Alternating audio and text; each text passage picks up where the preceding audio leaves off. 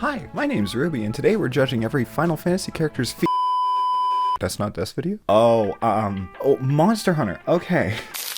Monster Hunter Wilds is a game. It's not entirely untrue, but in my honest opinion, Wilds is probably one of the best Monster Hunter games we've gotten in a good long while. Seen some of the best non-traditional monster rep we've seen since old gen, and a whole bunch of super fun and interesting weapon designs. Now, the actual meat of the video, sword and shield. Now, I'm sure you probably look at the weapon and think it's fairly basic, maybe even like the white bread of Monster Hunter Wilds. However, in my purely objective opinion, that is never wrong, it's pretty cool. It's not too flashy, still very fun. You can use items well unsheathed, and also you just get a big shield. Who doesn't love the feeling of blocking giant lasers and feeling like you could suplex a train right after? So, in my struggle to maintain a consistent upload schedule, I decided to talk about all 29 SN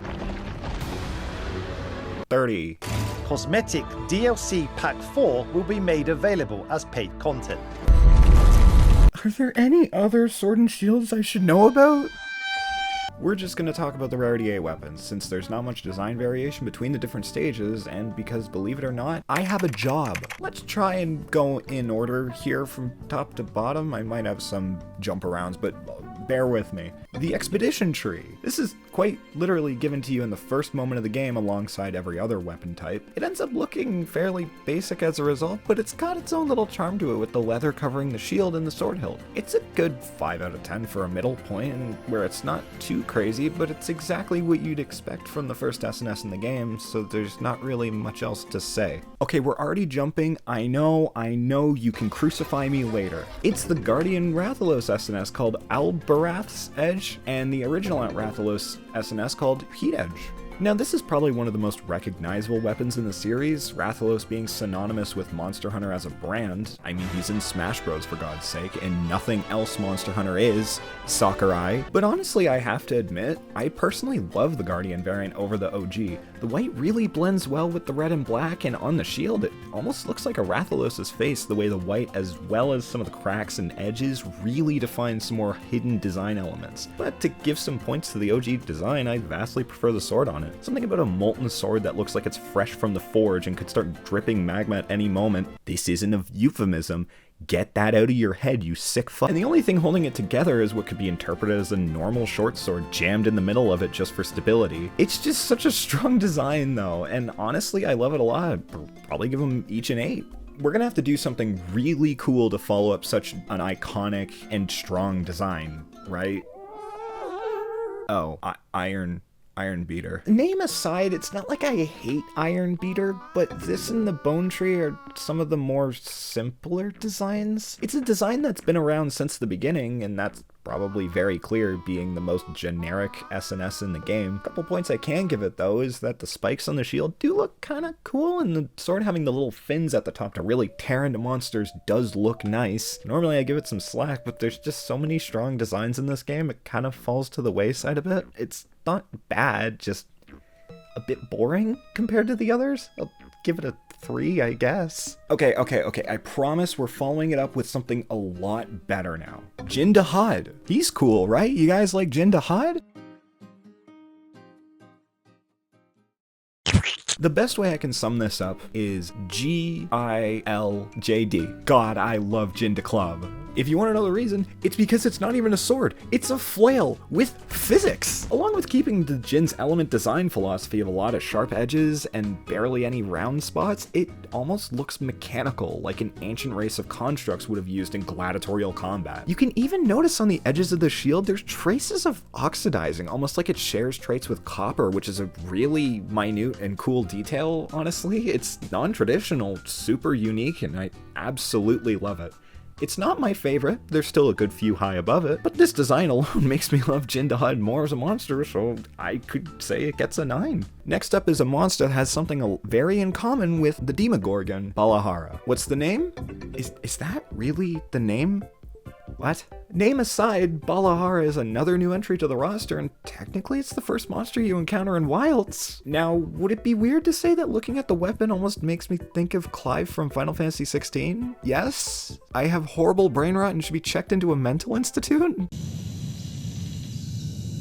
don't worry, I believe that too. Just bear with me until the end of this video. They'll send me there anyways. Bala Blade goes for honestly a pretty solid sandworm themed design with teeth almost resembling a chainsaw along the edge of the sword and the shield. Now it also has the fins at the top like the Iron Beater for really getting stuck in something, but they're smaller and almost resemble an antlion's piercers, and honestly if you approached me holding this sword in a dark alleyway in the middle of the night, I'd probably be very scared. The shield honestly looks like a drill with the alternating directions for the inner teeth, totally not giving me flashbacks to Gurren Lagann with it. All in all, it's a pretty sturdy design, not bad. The name sucks, but it's not too crazy, so probably about a 6, I guess. Alright, now, I expected this to be a bit of a more long portion here. SNS only gets one other Apex monster. As much as I can say we got the Squid Man, we got Ray Dow. I don't hate Ray Dow. I think it's one of the best monsters in Wilds, almost one of the best monsters in Monster Hunter. I just wish we got the Squid Man. The Ray Dow SNS, which goes by the name Ray Carrara, is super accurate to Ray's design. A lot of sharp edges on the sword with a sleek, long, bluish, purplish blade that almost reminds me of tempered glass a bit. Most likely that's using the glass that Ray creates when it strikes the sand with its railgun. The hilt, which isn't anything I've really focused on so far, is almost like a branch-like jaggedness to it. And the shield's a super flashy design with lots of tassels, ridges, and the broken ring at the top could be a reference to Japan's god of lightning Raijin, though instead of drums it closer resembles a broken wheel. It's super well designed, and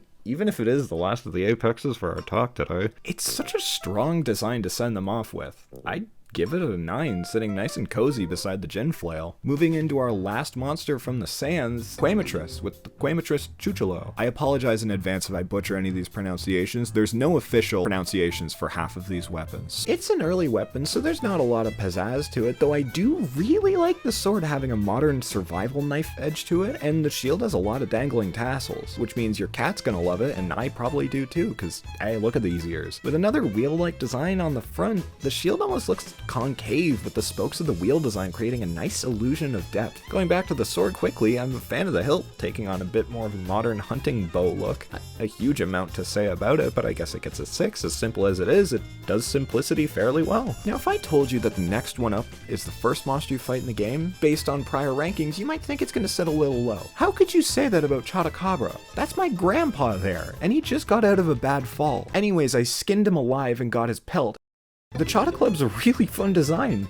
Honestly, I feel comfortable saying it's one of the strongest first monster designs that we've ever gotten in the whole series. This sword gets turned into a big caveman club with lots of little spikes on top. You can even see the leather club under the tarp of Chota hide, and being honest, the shield just looks like you cut off Chota's butt and slapped it on a shield. How can you complain about that? It's kinda ass. It's a bit silly, but I give it lots of points for deviating from the design trend of first monsters like Great Baggy or Royal Ludroth being fairly safe designs, and that's not even touching the armor for Chota, but that's for another video. If you want me to go through and look at all the armors, subscribe. If I hit 1,000 subscribers, I'll do it. Self-promotion aside, Tired Old Grandpa gets a safe 7. Now excuse me while I go take care of something.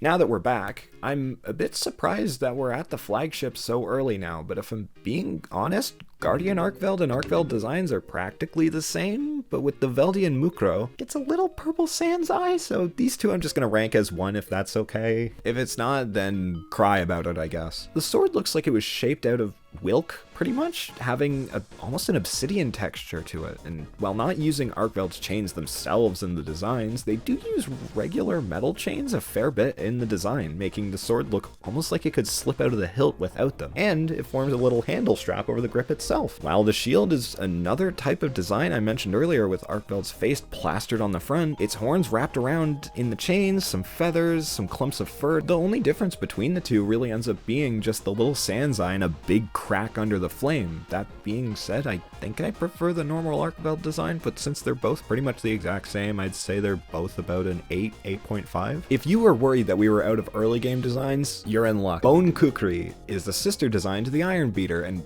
honestly, I think I prefer the Bone Kukri a bit more. Sword looks like they tore a shoulder blade out of a random skeleton and sharpened it, which is practically how you make it anyways, so it feels accurate. The grip is just a stray ribbon wrapped around the hilt, and even if it does look a bit basic, I like the primitive aspect of it. The shield is also not much to write home about, with a big guild logo smack dab in the middle, some very light metal accents.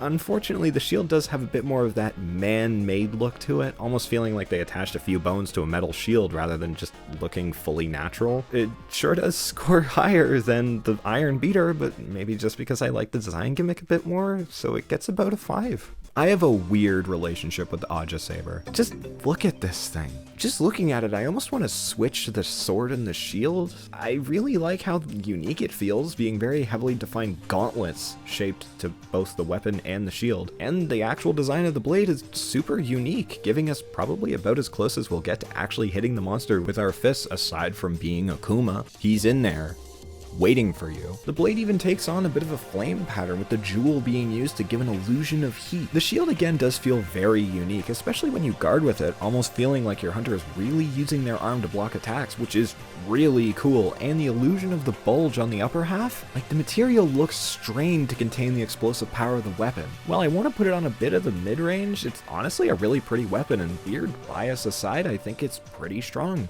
I'd feel happy giving it an 8 as well, and praying I don't set Monster Hunter Twitter on fire with my judgments. Alright, I'm just gonna get this out of the way. We have our first 10. Now I know spoilers, I know, but it's Lalabarina. It's perfect. Takes on a more rapier design for the sword, using Lala's stinger to form the blade. It even has a really cool spiral to it, and the hilt gets that spidery but fluffy look to it, giving some really strong Three Musketeers energy, which is also pushed even further in the armor, but again, that's for another video. And the shield is my favorite part of the design, following Lala's design with the shield resembling more of a rosebud. The earlier versions are even painted more white, only to give the R8 a feeling of the rose finally blossoming with the red center. It's absolutely gorgeous, and I love all the bits of details for the more modern weapons. Like I said, it has to be a 10. It's just too cool. Argue against me, why don't you? Moving on to another spider, arachnophobia people, I'm sorry. It's Nerscylla. The scaly sword honestly feels the most separated from the monster if you don't do some research.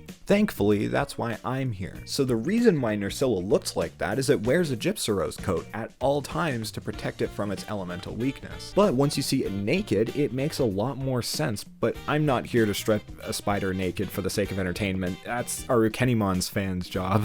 Okay, that's enough pandering to that audience. We gotta get onto the actual design or else we're gonna be here all day. It seems like the design fully leans into the cuticle from a spider, giving it a vibe that's hard to explain to me. It's almost futuristic with how sleek and smooth it looks, but still holds its roots in an older kind of modernism. The sword's blade is colored after the forceps of Nursey, which give it a nice cool color gradient, and the hilt and grip of the blade use the mandibles to form the handguard, and a smaller sword pattern that leads into the main blade. And the shield weirdly makes me think of mushrooms, unless I'm just really hungry while writing this. Having some little slits decorating the puffed out layer to the shield, and with a big light blue gem in the middle, oddly making me get a pseudo mecha energy from it. It's not quite my favorite, but I feel unless you spend your time looking at naked Nursey 4K 60fps fan cams, you might be a little confused on how the design translates to the monster, and I feel that can take away from it a little bit. So let's say like a 7? Alright, which one's up next? Ooh, okay. My second favorite design in the game, the Juwu's Nihil sword. Now if you've played Elden Ring, you may recall a boss shouting that word at you before you died,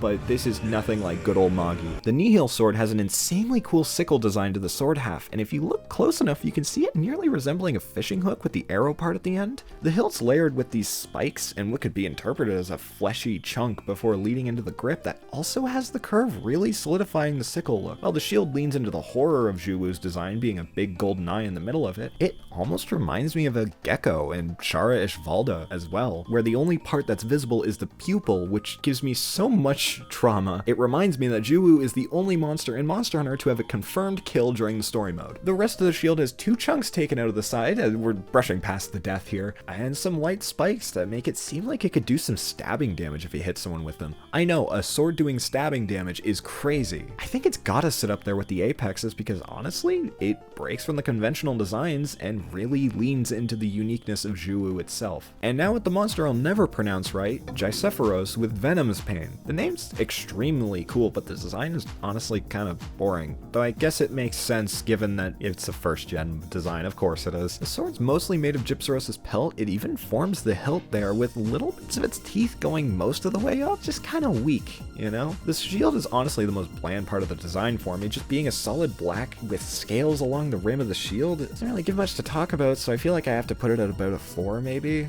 I'm sorry, gynecology fans. Nearly through the base roster now, finally, we have the last Guardian SNS design, not counting the White Demon. The Rending Fulgur. I'll let you guess who on the roster this connects to. That's right, Odogaron! I lied. I'm sorry for lying to you. It's Fulgur Anjanath. Good old Electro T-Rex himself gets a very savage look to this weapon, the sword being a big fuck-off axe.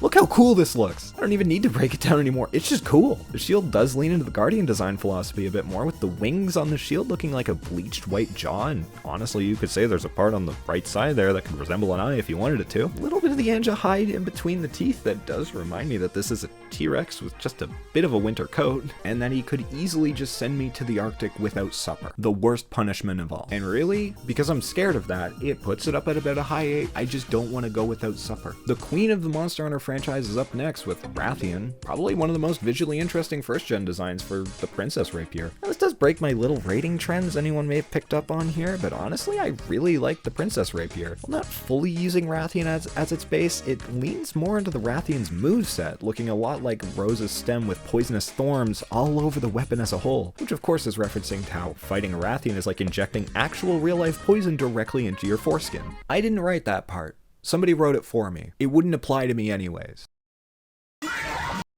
Anyways, you can actually notice that parts of the Rathian's pelt trace the handguard and the shield especially, but the highlight is for sure the poisonous rose design. I could put that at a 9 and be completely happy with that, honestly. Okay, look, I have to come clean about something. I started with 4th gen, and I'm sure that this entry will completely give it away.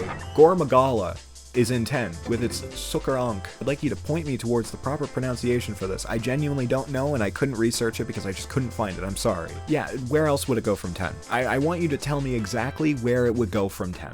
Starting with the shield, it's a little purple core surrounded by Gore's horns, making the shield very unique. The way the horns flow along the curve of the shield is just so beautiful, although it does lessens its practicality due to some gaps between where one's horn tip ends and the deep curve of the other horn, while the sword takes Gore's scales, plasters them in the middle, and also uses the horns to form the blade's edge. And with how the hilt forms a skull face, it just oozes the kind of weapon a necromancer would use. It's so cool. Going from the edgiest monster in the game to the whitest monster in the game, Blaganga. I don't know how exactly to feel about it. I think it's a very interesting design, and it uses a few elements of the monster, taking the ivory tusk of the Blaganga for the sword, a very curved and wobbly design for the sword half, but honestly it looks a bit clunky to me. The shield uses the hide and pelt of the Blaganga to fashion the shield bit, and it has a very gaudy trim across the top half. There's tassels, a big bright ruby, and a lot of gold, giving this regal feeling without being more graceful than Rathian. Give it a solid 5, it looks pretty solid and blends well with some layered armor sets without standing too much, but there's something about that ivory tusk as a sword that just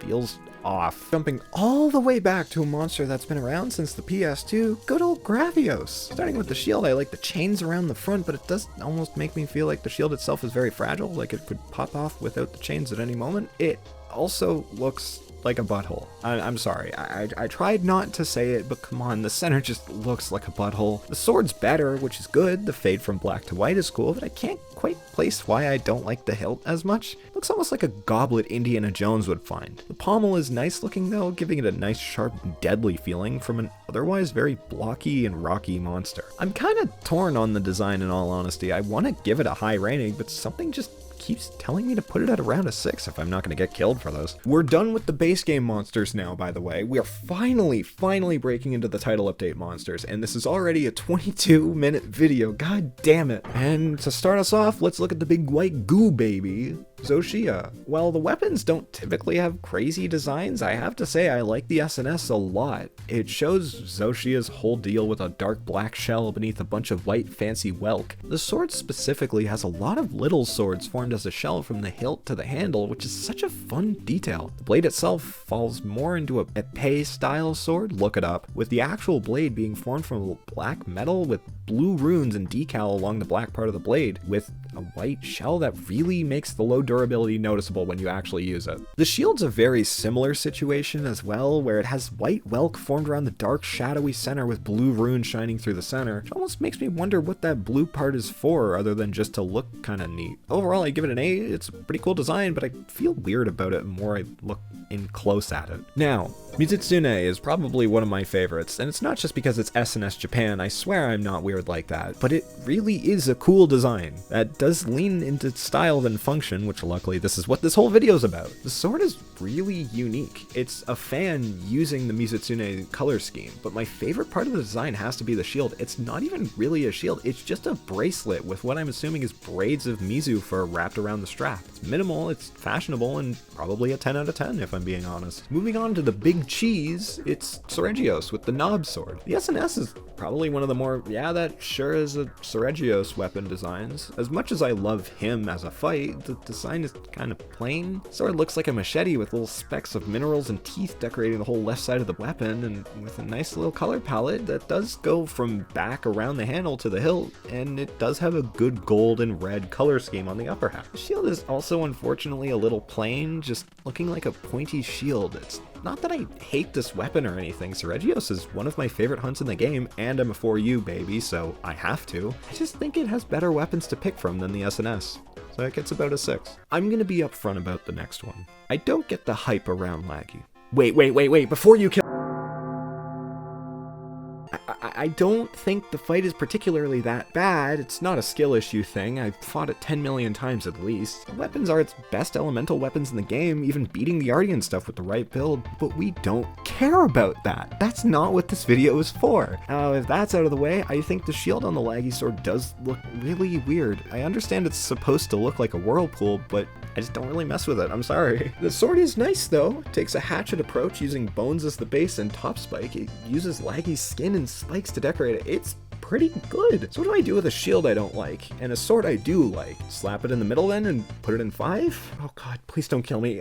You could still prefer it. I have a family, please. And the last SNS to come from a monster, the true Omega sword. I'm gonna say this now. I swear I'm not biased. It's a 9. Okay, look, I know Final Fantasy fan says the Final Fantasy weapon is a 9. Leave me alone. I think the crystal look on the shield is really cool, and the thin wispy blade on the sword is also really cool. It has an advantage of being fully hidden on your hunter when you equip it, so it's perfect for pictures and fashion, and also because it's the Final Fantasy. God damn. Okay, we should be done now.